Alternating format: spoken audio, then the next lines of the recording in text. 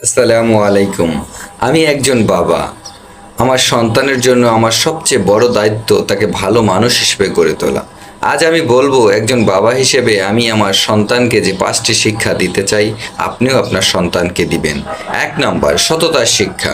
আমি তাকে শিখাতে চাই টাকা পয়সা নয়, একজন মানুষের আসল মূল্য তার সততা। অন্যায় করে কখনো লাভবান হওয়া যায় না, কিন্তু আত্মসম্মান হারিয়ে যায়।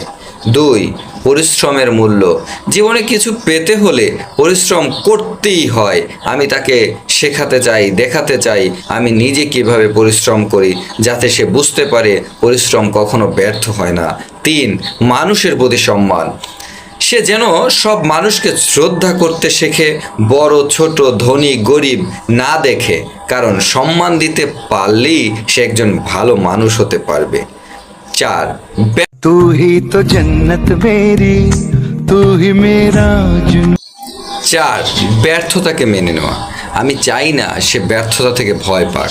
আমি শেখাতে চাই ব্যর্থতা মানেই শেষ নয়, এটা শেখার একটি সুযোগ, সামনে আরও সুযোগ আসবে। 5, পরিবার ও সম্পর্কের গুরুত্ব। আমি চাই সে যেন বুঝতে শেখে পরিবার মানেই ভালোবাসা, দায়িত্ব আর আত্মত্যাগ। সম্পর্ক গড়তে সময় লাগে, আর সেটা রক্ষা করতে হয় যথাযথভাবে।